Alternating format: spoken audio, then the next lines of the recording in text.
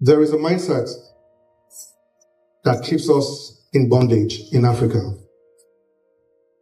And that mindset is the welfare mindset. That somebody is coming to help me get out of my problems in life. And you have been waiting for 10 years and nobody has come. And nobody is coming. The reason why we are stuck in that mindset is because the system that we belong to promotes a dependence system. If you don't depend on them, they can't keep repeating bad government. You need to stay in the welfare thinking to accept a bad leadership in politics. And if you keep needing your government, it means that you are small. Are you following me now? The goal is that your government should need you. Are you following what I'm saying? If you are in a constant state that you always complain about every government, there's no road, there's no school, a time should come that you build the road and you are the one that will build the school. Are you following that now? When that time comes, the government will get a phone number. So what she has said to you is a pathway to navigate your life out of that dependence, welfare mentality. There's that man by the pool. He said, I've been here for over 30 years because nobody is here to help me. Like I said earlier, many of you have too many uncles helping you. And I pray that the heavens will stir up the hearts of your uncles against you. That's my prayer for you. That they will tell you, you need to hear no. You have heard too many yes. In school, I will go to sell books on the street, in Rampam Street. I will go and sell Q&A. I will go and sell books on Rampam Street. Q&A questions for YF to raise money for sustenance with the little that my sisters were helping me with. Some of you also who are in the position to help, be careful how you help people, because you are helping them out of their destinies. Some of you that you are helping other people, that man you want to borrow money to, don't borrow that money to that person. Leave him. He will not die. Are you following me now? Don't also help people out of their... Some people don't need to be helped. The only way you can help them is that you don't help them. Are you following me now?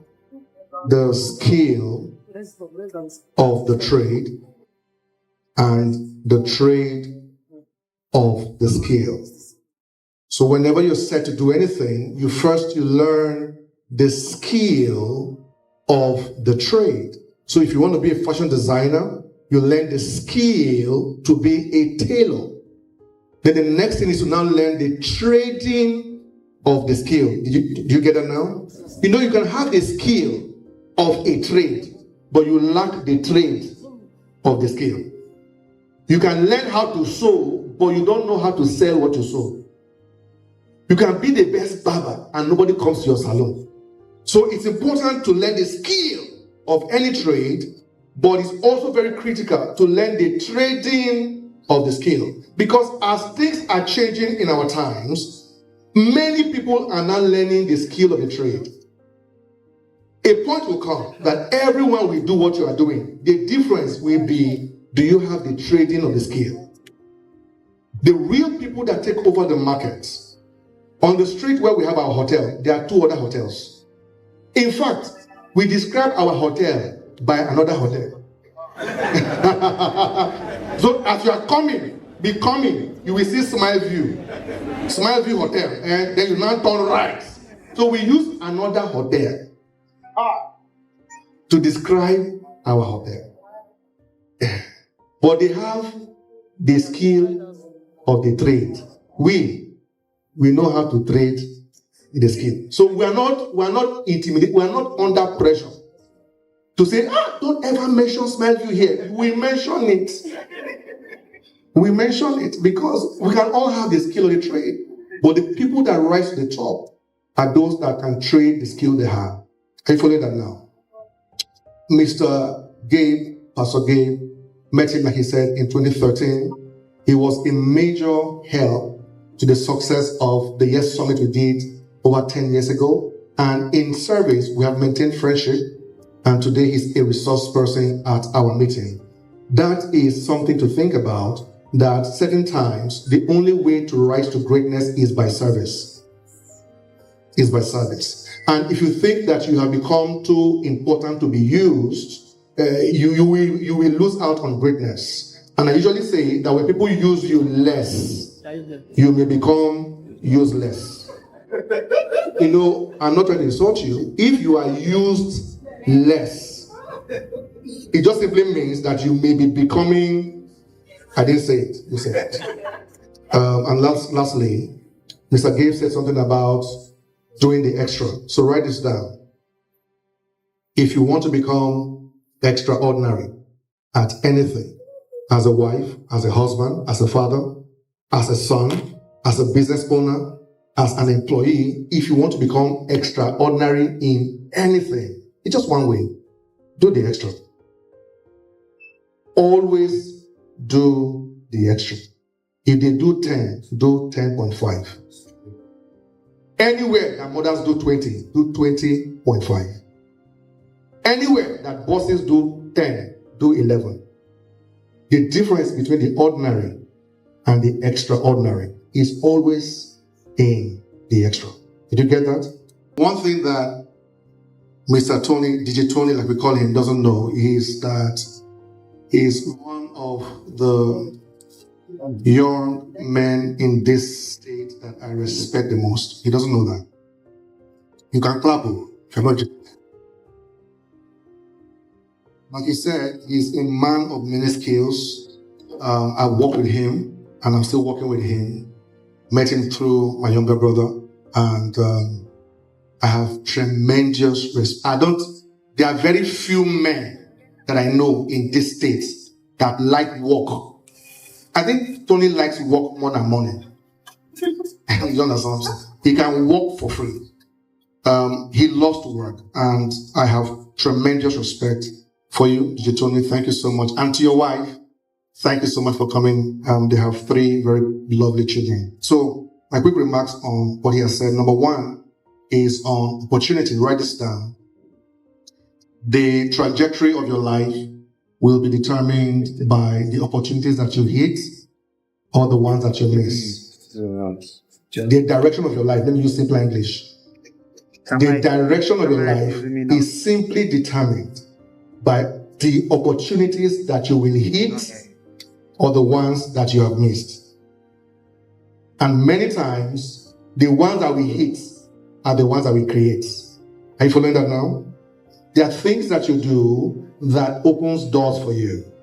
And many times when you pray for a miracle, God gives you opportunities. And you miss them because they come in very vague forms. Vague forms. Opportunities are one of the most important currencies of life, but they are one of the most wasted currencies of life. Do you agree with me? Because many times we waste more of them than we use them. So number 1 is opportunity. Number 2, he said delivery. Am I correct?